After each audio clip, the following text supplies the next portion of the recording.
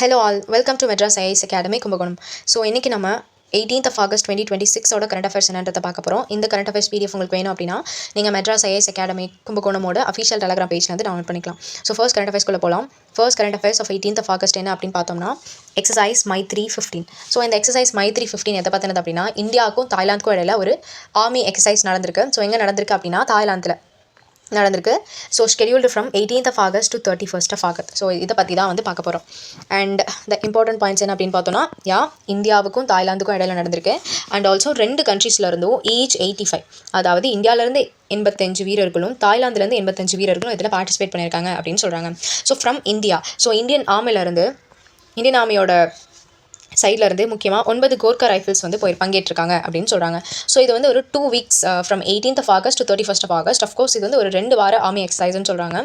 இது எங்கே அப்படின்னா ஜங்கிள், அதாவது காடு மற்றும் அரை நகர்ப்புற செமி அர்பன் ஏரியாஸில், ஜங்கல் அண்ட் செமி அர்பன் ஏரியாஸில் நடக்குது அப்படின்னு சொல்கிறாங்க.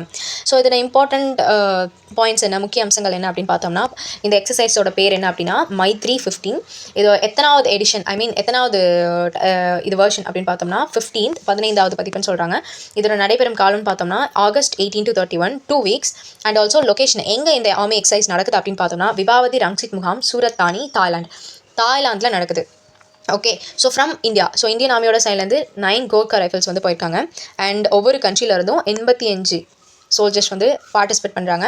இதோட மோட்டோ, ஸோ இதோட ஆப்ஜெக்டிவ் என்ன அப்படின்னு பார்த்தோம்னா பயங்கரவாத எதிர்ப்பு மற்றும் கிளர்ச்சி எதிர்ப்பு நடவடிக்கைகள் அப்படின்னு சொல்கிறாங்க. So it is of course terrorism and insurgency ஆக்டிவிட்டிஸ்க்கு against it is actually a counter insurgency activity. Because jungle ஏரியாஸில் நடக்குது அப்படின்னா of course that is a focus on insurgency. ஏன்னா இன்சர்ஜென்சியில் மட்டும்தான் அஃப்கோர்ஸ் நிறைய ஜங்கல் ஏரியாஸில் இந்த மாதிரியான கிளர்ச்சி நடவடிக்கைகள் வந்து நடக்கும் அப்படின்னு சொல்கிறாங்க. அண்ட் ஆல்சோ இது வந்து 15வது எடிஷன் அப்படின்னு சொல்கிறாங்க. ஸோ இது எப்போ ஸ்டார்ட் ஆச்சு அப்படின்னா 2006 ஸ்டார்ட் ஆச்சு. So based on the UN charter, அதாவது ஐநா சாசனத்தோட சாப்டர் 7 இதை வந்து மென்ஷன் பண்ணியிருக்காங்க அப்படின்னு சொல்கிறாங்க. ஸோ நெக்ஸ்ட் கரண்ட் அஃபேர்ஸ் என்ன அப்படின்னா draft Shanti rules of 2026. So இந்த டிராஃப்ட் சாந்தி ரூல்ஸ் 2026 எதை பற்றினது அப்படின்னா ப்ரைவேடைசேஷன் ஆஃப் நியூக்ளியர் டெவலப்மெண்ட், அதை பற்றினது தான். ஸோ அதனை நம்ம டீட்டெயிலாக பார்த்துக்கலாம். ஸோ ப்ரைவேடைசேஷன் ஆஃப் நியூக்ளியர் என்ன அப்படின்னு பார்த்தோம்னா அணுசக்தி துறை, so department of atomic energy நிலையான அணுசக்தி பயன்பாடு மற்றும் முன்னேற்றத்திற்கான சாந்தி விதிகள் 2026 என்ற வரைவு விதிகளை வெளியிட்டுள்ளது. So first of all you have to know what is Shanti. Actually it has its acronym. Okay, so Shanti அப்படின்னா என்னன்னு சொல்கிறாங்கன்னா sustainable harnessing and advancement of nuclear energy, அதுதான் தட் இஸ் கால்ட் சாந்தி அப்படின்னு சொல்கிறாங்க. So sustainable development of nuclear எனர்ஜினா என்னன்னு பார்த்துக்கலாம். So இதோட நோக்கம் என்ன அப்படின்னா இந்தியாவில் அணுமின் உற்பத்தியை விரிவுபடுத்துதல் மற்றும் தனியார் துறையின் பங்களிப்பை அதிகரித்தல் ஆகும். அதாவது முக்கியமாக நியூக்ளியர் பவர் அப்படின்றது கவர்மெண்ட்டோட கண்ட்ரோலில் மட்டும்தான் இருக்கும். தட் ஆல்சோ சென்ட்ரல் கவர்மெண்ட்டோட கண்ட்ரோலில் மட்டும்தான் இருக்கும். அதுக்கு கேபினெட் கமிட்டி ஆன் செக்யூரிட்டி தான் அதுக்கு வந்து நமக்கு பெர்மிஷனே கொடுக்கணும் first of all. And also அதுக்காகவே சில முக்கியமான கமிட்டிஸ்லாம் இருக்குது. பட் இப்போது இந்த சாந்தி ரூல்ஸ் படி based on this rules privatization of nuclear developments, nuclear sectors அப்படின்ற ஒரு கான்செப்டை தான் கொண்டு வந்திருக்காங்க. ஸோ இந்த ரூல்ஸ் அணுநிலை இயக்குநர்களுக்கு கடுமையான நோ ஃபால்ட் லயபிலிட்டி தவறு நிரூபிக்க தேவையில்லாத பொறுப்பு முறையை அறிமுகப்படுத்தியுள்ளது அப்படின்னு சொல்கிறாங்க. ஸோ இது என்ன விஷயம் அப்படின்னா so liability, it is about the responsibility after the accident or if something happens. So it is about the reactor installation பண்ணியிருக்கவங்க தான் இதுக்கு வந்து liable அப்படின்ற மாதிரி ஒரு விஷயத்த சொல்கிறாங்க. அண்ட் ஆல்சோ 5 வருஷத்துக்கு ஒரு முறை இதை வந்து ரிவ்யூ பண்ணுவோம் அப்படின்னு சொல்கிறாங்க. ஸோ இதில் முக்கிய அம்சங்கள் என்னென்னு பார்த்தோம்னா விதிகள், இந்த ரூல்ஸோட பேர் தான் சாந்தி ரூல்ஸ் 2026 அப்படின்னு சொல்கிறாங்க. அண்ட் இதோட acronym as I already told you sustainable harnessing and advancement of nuclear energy. So என்ன டிபார்ட்மெண்ட் இது கூட ரிலேட்டடாக இருக்காங்க, ரெலவெண்ட்டாக இருக்காங்கன்னு பார்த்தோம்னா அட்டாமிக் எனர்ஜி டிபார்ட்மெண்ட், அணுசக்தி துறை. ஸோ பொறுப்புன்னு பார்த்தோம்னா நோ ஃபால்ட் லயபிலிட்டி. அண்ட் காப்பீடு அப்படின்னு பார்த்தோம்னா கட்டாயமான மாற்ற முடியாத காப்பீடு, நிதி பாதுகாப்பு அப்படின்னு சொல்கிறாங்க. ஸோ இதோட செக்யூரிட்டி அண்ட் டிஃபென்ஸ் ரேஷியோ பார்த்தோம்னா 1:1.33 அப்படின்னு சொல்கிறாங்க. இப்போது இதோட யூசஸ் என்ன, ஸோ இதை ப்ரைவேடைசேஷன் பண்ணுறது மூலமா நமக்கு என்ன பெனிஃபிட்ஸ் இருக்குது அப்படின்னு பார்த்தோம்னா டெஃபினெட்லி த சிவில் நியூக்ளியர் பர்பஸஸ் இருக்குது அப்படின்னு சொல்கிறாங்க. ஸோ கேப்டிவ் பவர் அப்படின்னா எந்த விதமான எக்ஸ்டர்னல் பவர் சோர்ஸையும் டிபெண்ட் பண்ணாமல் இவங்களே வந்து பவர் ஜென்ரேட் பண்ணுறது. And also process heat through the nuclear reactions and AI data centersக்கு இது இம்பார்ட்டண்ட்டாக இருக்குது. And also hydrogen production. இது இல்லாமல் நியூக்ளியர் எதுக்கெல்லாம் சிவிலியன் பர்பஸ்க்கு பயன்படுது அப்படின்னா ஃபுட் ப்ரிசர்வேஷன் பண்ணுறதுக்கு, அண்ட் ஆல்சோ எலக்ட்ரிசிட்டி ஜெனரேட் பண்ணுறதுக்கு, அப்புறம் டயக்னோசிஸ் இந்த மெடிக்கல் ஃபீல்டு. ஸோ இந்த மாதிரியான விஷயங்கள் எல்லாம் நியூக்ளியர் வந்து நமக்கு பயன்படுது அப்படின்னு சொல்கிறாங்க. அண்ட் பொறுப்பு வரும்னா 5 வருஷத்துக்கு ஒரு முறை இதை வந்து ரிவ்யூ பண்ணுறாங்க. அண்ட் இதுக்கான டீம் யார் அப்படின்னு பார்த்தோம்னா தொழில்நுட்ப சட்டம் மற்றும் நிதி நிபுணர்கள் டீம் அப்படின்னு சொல்கிறாங்க. So the next current affair is about Anubhav awards. So already ஒரு கரண்ட் அஃபேர்ஸில் நம்ம பார்த்துருக்கோம். Anubhav awards is about the awards for the retirees and retired பர்சன்ஸ்க்காக உள்ளது அப்படின்னு பார்த்தோம். ஸோ நம்ம டீட்டெயிலாக பார்த்துக்கலாம். ஓய்வூதியம் மற்றும் ஓய்வூதியதாரர்கள் நலத்துறை அந்த டிபார்ட்மெண்ட்டாக பென்ஷன்ஸ் வெல்ஃபேர் டிபார்ட்மெண்ட் ரிட்டையர் ஆன பர்சன்ஸ் அதாவது அந்த டிபார்ட்மெண்ட்லேருந்து 9வது தேசிய அனுபவ் விருதுகள் வழங்கும் விழா மற்றும் 60வது ஓய்வு பெறும் முன் ஆலோசனை பயிலரங்கை ஆகஸ்ட் 17 அன்று புதுடெல்லியில் உள்ள விஞ்ஞான் பவனில் நடத்தியது அப்படின்னு சொல்கிறாங்க. ஸோ இதில் மத்திய அமைச்சர் டாக்டர் ஜிதேந்திர சிங் 2026 ஆண்டிற்கான விருதுகளை 15 தேர்ந்தெடுக்கப்பட்ட ஓய்வு பெற்றவர்களுக்கு வழங்கினார். ஸோ இந்த அனுபவ் அவார்ட்ஸ் ஆஃப் 2026 15 பேருக்கு கொடுக்கப்பட்டிருக்கு அப்படின்றது ஞாபகம் வச்சுக்கணும். ஸோ இவர்கள் 2141 வெளியிடப்பட்ட கட்டுரைகளிலிருந்து தேர்வு செய்யப்பட்டவர்கள். அதாவது இந்த அவார்ட்ஸ்க்காக கிட்டத்தட்ட 2141 கட்டுரைகள் வந்து பப்ளிஷ் பண்ணியிருக்காங்க, விச் மீன்ஸ் வெளியிடப்பட்டிருக்கு. இதிலிருந்து தேர்வு செய்யப்பட்டவர்கள் தான் இந்த 15 பேர், the 15 members who have received the Anubhav awards of 2026 அப்படின்னு சொல்கிறாங்க. ஸோ இதில் முக்கிய அம்சங்கள் பார்த்தோம்னா 2026 9வது தேசிய அனுபவ விருதுகள் வழங்கப்பட்டிருக்கு. ஸோ பயிலரங்கு பார்த்தோம்னா 60வது ஓய்வு பெறும் முன் ஆலோசனை பயிலரங்கு. இடம் வந்து விஞ்ஞான் பவன் புதுடெல்லியில் நடந்திருக்கு. ஸோ அமைப்பாளர் ஓய்வூதியம் மற்றும் ஓய்வூதியதாரர்கள் நலத்துறை டிபார்ட்மெண்ட் அண்ட் அமைச்சர் டாக்டர் ஜிதேந்திர சிங். விருது பெற்றவர்கள் 15 ஓய்வு பெற்றவர்கள். தேர்வு செய்யப்பட்ட கட்டுரைகள் 2041. வெளியிடப்பட்டவை பென்ஷன் மித்ரா கையேடு மற்றும் டிஜிட்டல் லைஃப் சர்டிஃபிகேட் கேம்பெயின் 5 வழிகாட்டுதல்கள். இந்த விஷயங்கள்லாம் இங்கே வந்து வெளியிடப்பட்டிருக்கு அப்படின்னு சொல்கிறாங்க. And the next current affairs என்னென்னு பார்த்தோம்னா Guinness world record Indian sky divorce. So இது என்னென்னு பார்த்துக்கலாம். ஸோ இந்திய ஸ்கை டைவிங் வீரர்களின் உலக சாதனை. ஸோ அதை பற்றி தான் இந்த கரண்ட் அஃபேர்ஸில் பார்க்க போகிறோம். ஐக்கிய அரபு அமீரகத்தை சேர்ந்த அதாவது யுனைடெட் அரப் எமிரேட்ஸ். ஸோ ஐக்கிய அரபு அமீரகத்தை சேர்ந்த இந்திய ஸ்கை டைவிங் வீரர்களான ஜஸ்மீர் தனலோத், அபிஷேக் ராவத் மற்றும் இஷா ராஜ் ஆகியோர் லிபியாவில் பெங்காசி பகுதியில் நடைபெற்ற உலக சாதனை ஸ்கை டைவிங் நிகழ்வில் பங்கேற்றனர் அப்படின்றத பற்றி தான் இந்த கரண்ட் அஃபேர். ஸோ இதில் மொத்தமாக 38 நாடுகளை சேர்ந்த ஸ்கை டைவிங் வீரர்கள் வந்து பங்கேற்றிருக்காங்க. இதில் 65 சர்வதேச ஸ்கை டைவிங் வீரர்கள். ஸோ ஒரே இல்யூஷின் 276-2D ராணுவ விமானத்திலிருந்து 13,000 அடி உயரத்திலிருந்து குதிச்சிருக்காங்க. ஸோ ஸ்கை டைவிங் பண்ணியிருக்காங்கன்ற பற்றி தான் இது. ஸோ வானில் பறக்கும்போது வீரர்கள் தங்கள் நாடுகளின் தேசிய கொடிகளை ஏந்திருந்தனர். மொத்தம் 35 வெவ்வேறு தேசிய கொடிகள் வானில் விரிக்கப்பட்டன. கிட்டத்தட்ட 30 அன்ஃபால்டு. ஸோ கிட்டத்தட்ட 35 வெவ்வேறு கண்ட்ரியோட தேசிய கொடிகளை வந்து அன்ஃபால் பண்ணியிருக்காங்க அப்படின்றத பற்றி இந்த கரண்ட் அஃபேர். ஸோ இதில் முக்கியமான அம்சங்கள். So why this news important அப்படின்னு பார்த்தோம்னா இதில் வந்து எத்தனை பேர் பார்ட்டிசிபேட் பண்ணியிருக்காங்க அப்படின்னா 65 ஸ்கை டைவிங் வீராங்கனைகள் ஃப்ரம் 38 கண்ட்ரீஸ்லேருந்து. ஸோ இதில் இந்தியாவிலேருந்து போன வீரர் யார் அப்படின்னா ஜஸ்மீர் தனலோத் கேரளாவிலேருந்து போயிருக்காரு. ஸோ அபிஷேக் ராவத் உத்தரப்பிரதேஷ்லேருந்து போயிருக்காரு. So and Bihar from Isha Raj இங்கேருந்து போயிருக்காங்க. இவங்க எல்லாருமே இந்தியன் ஒரிஜின் UAE இருக்க பர்சன்ஸ். அண்ட் என்ன லொக்கேஷனில் இந்த ஸ்கை டைவிங் நிகழ்ச்சி நடைபெற்றது அப்படின்னு பார்த்தோம்னா பெங்காசி லிபியாவில் நடந்திருக்கு.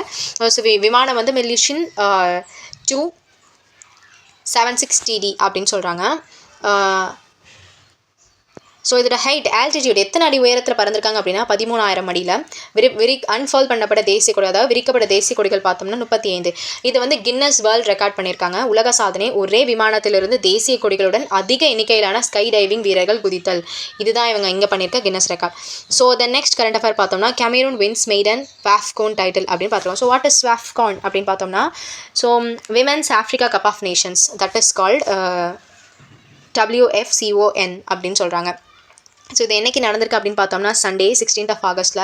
ஸோ இது இந்த கரண்ட் அஃபேர்ஸோட முக்கியமான பாயிண்ட்ஸ் என்னென்னு பார்த்துக்கலாம். ஸோ இதில் கேமரூன் அணி அதாவது கேமரூன் டீம் என்னன்னா 15 ஆகஸ்ட் ஞாயிற்றுக்கிழமை நடைபெற்ற மகளிர் ஆப்பிரிக்க கோப்பை நாடுகளின் இறுதிப் போட்டியில் அறிமுக அணியான மலாவியை 3-0 என்ற கோல் கணக்கில் வீழ்த்தி தனது முதல் வாஃப்கான் பட்டத்தை வென்றது அப்படின்னு சொல்கிறாங்க. ஸோ மாரி நிகா முதல் பாதியில் 2 கோல்கள் அடித்தார். 20வது நிமிடத்திலும் முதல் பாதி கூடுதல் நேரத்திலும் அவர் கோல் அடித்தார். நவாமி எட்டோ 30வது நிமிடத்தில் மற்றொரு கோலை அடித்தார் அப்படின்னு சொல்கிறாங்க. ஸோ இந்த கரண்ட் அஃபேர்ஸ் வந்து sports related current affairs. So why this is important அப்படின்னு பார்த்தோம்னா you have to remember some of the facts like some of the points like so முதல் பட்டம் யார் பெற்றது அப்படின்னா கேமரூன் தனது முதல் வாஃப்கான் கோப்பை பெற்றது. So for the country Cameroon this is the first medal அப்படின்னு சொன்ன முதல் பட்டம். அண்ட் இறுதி போட்டி பார்த்தோன்னா கேமரூன் 3-0 அப்படின்ற கணக்கில் மலாவியை வீழ்த்தியிருக்கு அப்படின்னு சொன்னாங்க. ஸோ மலாவியோட கேமரூனோட ஃபர்ஸ்ட் வாஃப்கான் கப் வந்து மலாவியை தோற்கடிச்சு வாங்கியிருக்காங்க அப்படின்றத ஞாபகம் வச்சுக்கணும். ஸோ இதில் முக்கிய வீராங்கனைகள் யாருன்னா மேரிகா 2 கோல் பெற்றிருக்காங்க. இதில் உலகக்கோப்பைக்கு தகுதி பெற்றிருக்காங்க. கேமரூன், மலாவி, மொராக்கோ மற்றும் மற்றும் அல்ஜீரியா ஆகிய நாடுகள் அடுத்த FIFA மகளிர் உலகக்கோப்பைக்கு தகுதி பெற்றன அப்படின்றது தான் இது. அண்ட் இந்த நெக்ஸ்ட் கரண்ட் அஃபேர் பார்த்தோம்னா 44th India day parade New York. So நியூயார்க்கில் இது நடந்திருக்கு. ஸோ இந்த கரண்ட் அஃபேர்ஸ் பார்த்தோம்னா நியூயார்க் இந்தியா அணி தின அணிவகுப்பு அப்படின்னு தான் இது, அதை பற்றினது தான். ஸோ இது 16 ஆகஸ்ட் அன்னைக்கு நடந்திருக்கு. 44வது ஆண்டு இந்தியா டே பரேட் நடந்திருக்கு. ஸோ உலகின் மிகப்பெரிய இந்தியா வம்சாவளியினர் நிகழ்வுகளில் ஒன்றாக இது நடைபெற்று, அதாவது this is very important in the context of diaspora. So diaspora is very important in the context of international relations because diaspora தான் நம்ம கண்ட்ரிக்கு அதிகப்படியான கான்ட்ரிபியூஷன்ஸ் கொடுக்குது அப்படின்னு சொல்கிறாங்க. ஸோ இந்த பரேடோட தீம் என்ன அப்படின்னு பார்த்தோம்னா ஹார்மனி இன் ஹெரிட்டேஜ், பாரம்பரியத்தில் நல்லிணக்கம். இந்த நிகழ்ச்சியை நடத்திருக்கிறது யார் அப்படின்னு பார்த்தோம்னா ஃபெடரேஷன் ஆஃப் இந்தியன் அசோசியேட்ஸ் அமைப்பு. ஸோ இதை பற்றி தான் இந்த கரண்ட் அஃபேர். இதில் முக்கியமான பாயிண்ட்ஸ் என்ன தெரிஞ்சுக்க வேண்டிய விஷயம் என்ன அப்படின்னா 44வது இந்தியா டே பரேட் 2026 வருஷத்தில் நடந்திருக்கு. எங்கே நடந்திருக்கு அப்படின்னா மேடிசன் அவென்யூ நியூயார்க்கில் நடந்திருக்கு.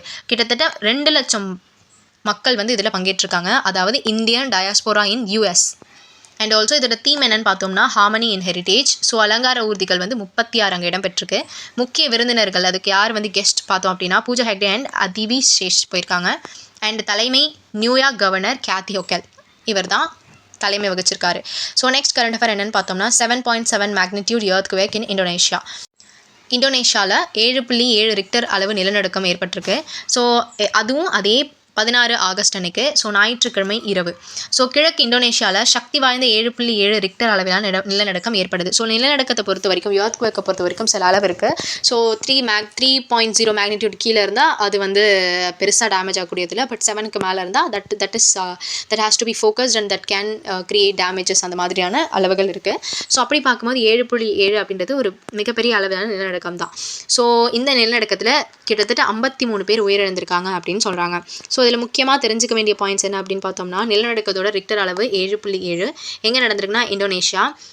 கிட்டத்தட்ட 53 பேர் இறந்திருக்காங்க அண்ட் ஆல்சோ 130 பேர் படுகாயம் அடைஞ்சிருக்காங்க. ஸோ 50,000 பேர்கிட்ட எவாக்குவேட் பண்ணப்பட்டிருக்காங்க, வெளியேற்றப்பட்டிருக்காங்க. ஸோ 35,000+ மீட்பு பணியாளர்கள் இதில் வந்து இடம்பெற்று அதுக்கு வந்து ஹெல்ப் பண்ணியிருக்காங்க. ஸோ ஆஃப்டர் ஷாக் சுமார் 1000 பேர் வந்து பாதிக்கப்பட்டிருக்காங்க அப்படின்னு சொல்கிறாங்க. So actually why Indonesia has been experiencing earthquakes frequently அப்படின்னு பார்த்தோம்னா so Indonesia Pacific ring of fire பகுதியில் அமைஞ்சிருக்கு. So what is the Pacific ring of fire அப்படின்னு பார்த்தோம்னா இந்தோனேஷியா அப்படின்றது ஒரு ஆர்கிபெலகோ ஏரியாவில் இருக்க ஒரு கண்ட்ரி. ஸோ ஆர்கிபெலகோ அப்படின்னு பார்த்தோம்னா குரூப் ஆஃப் ஐலாண்ட்ஸ் அப்படின்னு அர்த்தம்.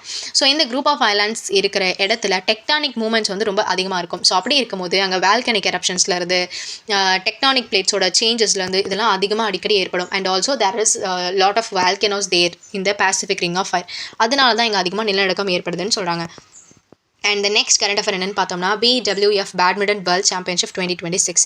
ஸோ என்னன்னு பார்த்தோம் அப்படின்னா badminton world championship commenced on Monday on 17th of August அங்கே நடந்திருக்கு. ஸோ இதில் நம்ம பார்க்க வேண்டிய முக்கியமான பாயிண்ட்ஸ் என்ன அப்படின்னு பார்த்தோம்னா எஸ் இது வந்து மகளிர் இரட்டையர் அண்ட் ஆடவர் ஒற்றையர் இந்த கேட்டகரியில் வந்து இது நடந்திருக்கு. ஸோ இதில் இம்பார்ட்டண்டான பாயிண்ட்ஸ் என்ன அப்படின்னு பார்த்தோம்னா இது எங்கே நடந்திருக்கு அப்படின்னா இந்திரா காந்தி சிந்து ஸ்டேடியம் நியூ டெல்லியில் நடந்திருக்கு. ஸோ போட்டி பார்த்தோம்னா BWF badminton world championships. So PV Sindhu அவர் 9வது சீட் அண்ட் ஸ்டாவிக் சிராக் 5வது சீட் அண்ட் த்ரூ கபிலா தன்ஷியா கிராஸ்டோ 15வது சீட். ஸோ பாய் பெற்ற ஜோடிகள் என்ன அப்படின்னு பார்த்தோம்னா ரவுண்ட் 32க்கு நேரடியாக தகுதி பெற்றவர்கள் யார் அப்படின்னு பார்த்தோம்னா இவங்க தான். ஸோ அடுத்த கரண்ட் அஃபேர் பார்த்தோம்னா India's first virtual zoo Indore. So what is this? So this is important பார்த்தோம்னா it is about the development and the knowledge about environment through technological aspects. அதுதான் இந்த கரண்ட் அஃபேரோட முக்கியமான பாயிண்ட்ஸ். ஸோ மத்திய பிரதேஷோட chief minister மோகன் யாதவ் ஒரு விஷயத்தை inaugurate பண்ணியிருக்காரு. That is India's first virtual zoo and digital jungle safari at the Kamla Nehru and the Kamla Nehru Prani Sangrahalaya Indore zoo in Indore. இங்கே இதை இனாக்ரேட் பண்ணியிருக்காங்க. கிட்டத்தட்ட 4.5 கோடி மதிப்பிலான இந்த ப்ராஜெக்டை பப்ளிக் ப்ரைவேட் பார்ட்னர்ஷிப் மாடலில் இம்ப்ளிமெண்ட் பண்ணியிருக்காங்க. ஸோ அதில் இம்பார்ட்டன்ஸ் என்னென்ன அப்படின்னு பார்த்தோம்னா location and inauguration India's first 14th virtual zoo and digital jungle safari was inaugurated by MP CM மோகன் யாதவ். ஆல்ரெடி சொன்ன மாதிரி தான். ஸோ இது டெவலப்மெண்ட் அண்ட் பட்ஜெட் பார்த்தோம்னா over 8,000 square feet under a public private partnership model. The state of the art facility was built at the cost of 4.5 crore. இவ்வளோ மதிப்பிலான இந்த ப்ராஜெக்டை வந்து அவங்க லான்ச் பண்ணியிருக்காங்க. இதோட கீ ஃபீச்சர்ஸ் என்னென்ன அப்படின்னு பார்த்தோம்னா attraction 14D cinema with 14 sensory effects அப்படின்னு சொல்கிறாங்க. ஸோ எதுக்காக இந்த மாதிரியான டெக்னாலஜிக்கல் ஆஸ்பெக்ட்ஸை கொண்டு வந்து என்வரான்மெண்டல் எஜுகேஷனை வந்து அவங்க இம்ப்ரூவ் பண்ணுறாங்க அப்படின்னு பார்த்தோம்னா, so just because the people are going and seeing the animals, wild life animals in person is not essential. It is also very important in order to understand about the wildlife, and also it is about knowing how the ecological balance is very important. So இந்த மாதிரியான விஷயங்களை மக்கள் தெரிஞ்சுக்கணும் அப்படின்றதுக்காக இப்படி ஒரு விஷயத்தை create பண்ணியிருக்காங்க. ஸோ இந்த ஃபெசிலிட்டியில் என்னென்ன இருக்குது அப்படின்னா 4D cinema, so 14D cinema and digital jungle safari, 3D dome theatre and மழை காட்சி தெளிப்பு போன்ற உணர்வு அனுபவங்கள் ரியலிஸ்டிக் எக்ஸ்பீரியன்ஸ்க்காக இந்த மாதிரியான விஷயங்கள் வச்சுருக்காங்க. அண்ட் கொரில்லா வடிவ நுழைவாயில் and glow garden, Hanuman hologram mirror bridge போன்ற பல சிறப்பம்சங்கள் உள்ளன. சில முக்கிய பாயிண்ட்ஸ் என்னென்ன, முக்கிய குறிப்புகள் என்னென்ன அப்படின்னா, இதான் India's first virtual zoo and digital jungle safari. எங்கே இருக்குன்னா மத்திய பிரதேஷில் இந்தூரில் இருக்குது. இதோட இடம் பார்த்தோம்னா கமலா நேரு பிராணி சங்கராலயா இந்தூர், மத்திய பிரதேஷ். இதை இனாக்ரேட் பண்ணி வச்சவர் எம்பி. ஸோ எம்பி முதலமைச்சர் மோகன் யாதவ். கிட்டத்தட்ட 8000 ஸ்கொயர் கிலோமீட்டர்ஸில் வந்து இது வந்து எக்ஸ்பேண்ட் ஆகிருக்கு. 4.5 கோடி ரூபாய் செலவில், பப்ளிக் ப்ரைவேட் பார்ட்னர்ஷிப்பில். அண்ட் ஆல்சோ இதோட ஸ்பெஷாலிட்டிஸ் என்னென்ன அப்படின்னு பார்த்தோம்னா, ஸ்பெஷல் ஃபீச்சர்ஸ் என்னென்னு பார்த்தோம்னா 14D cinema plus 3D dome theatre plus digital jungle safari. So இதில் முக்கியமான நோக்கம் என்னென்னா, ஆல்ரெடி சொன்ன மாதிரி தான் என்வரான்மெண்ட் எஜுகேஷன் அண்ட் ஆல்சோ தொழில்நுட்ப அடிப்படையிலான சுற்றுலாவை மேம்படுத்துதல். ஆக்சுவலி இந்த டாப்பிக்கை நீங்கள் நிறைய விஷயத்தோட கனெக்ட் பண்ணிக்கலாம். So environment, tourism, technology, science and technology, இந்த மாதிரி எல்லா டாபிக்ஸ்லையும் you can connect it. Okay, so இதுதான் ஆகஸ்ட் 18க்கான current affairs. Follow Madras IAS academy Kumbakonam channel. Thank you.